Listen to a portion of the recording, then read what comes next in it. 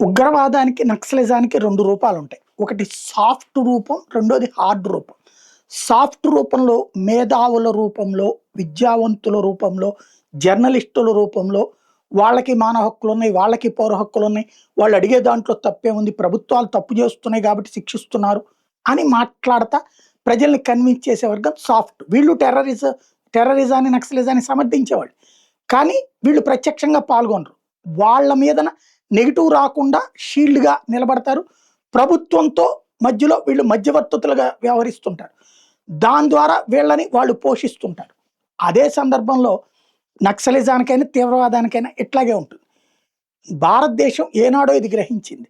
అమెరికాకి ఏనాడో చెప్పింది. ముస్లిం బ్రదర్‌హుడ్ అనేటటువంటిది సాఫ్ట్ రూపం తీవ్రవాదానికి. దీన్ని మీరు మామూలుగా అంచనా వేయకండి. అదేదో మామూలు స్వచ్ఛంద సంస్థని అంచనా వేయబాకండి అని అమెరికాకి ఎప్పుడో చెప్పింది. హోంమంత్రిత్వ శాఖ 2014-15 సందర్భంలో చెప్పింది. అమిత్ షా ఎప్పుడో లెటర్ కూడా రాశాడు.